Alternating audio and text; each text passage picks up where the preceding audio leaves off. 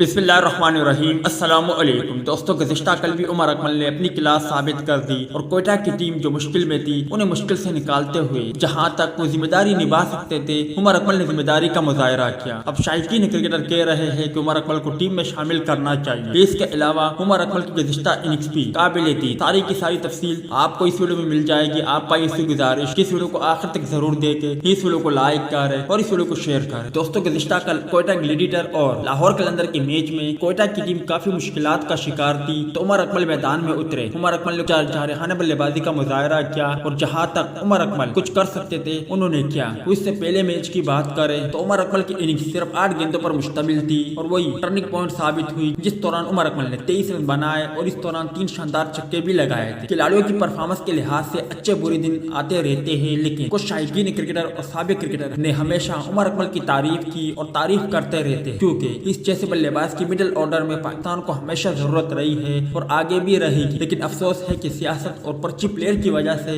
अब्दुल रज़ाक और कामरान अकमल के बाद उमर अकमल जैसे प्लेयर का कैरियर भी तबाह किया जा रहा है। काफी अरसे बाद उमर अकमल की पीएसएल में वापसी हुई है और उन्हें अब तक 2 मैचेस खेले और दोनों मैचों में उन्होंने अच्छी बैटिंग का मुजाहरा किया है, वो भी इस सूरत में जब कोयटा की टीम शदीद मुश्किल में। आप भाई मुझे लाजमी तौर पर कमेंट सेक्शन में बताएं, क्या उमर अकमल को कौमी टीम में एक और मौका मिलना चाहिए या नहीं। इस हवाले से कमेंट सेक्शन आपके कमेंट्स का मंतजर रहेगा।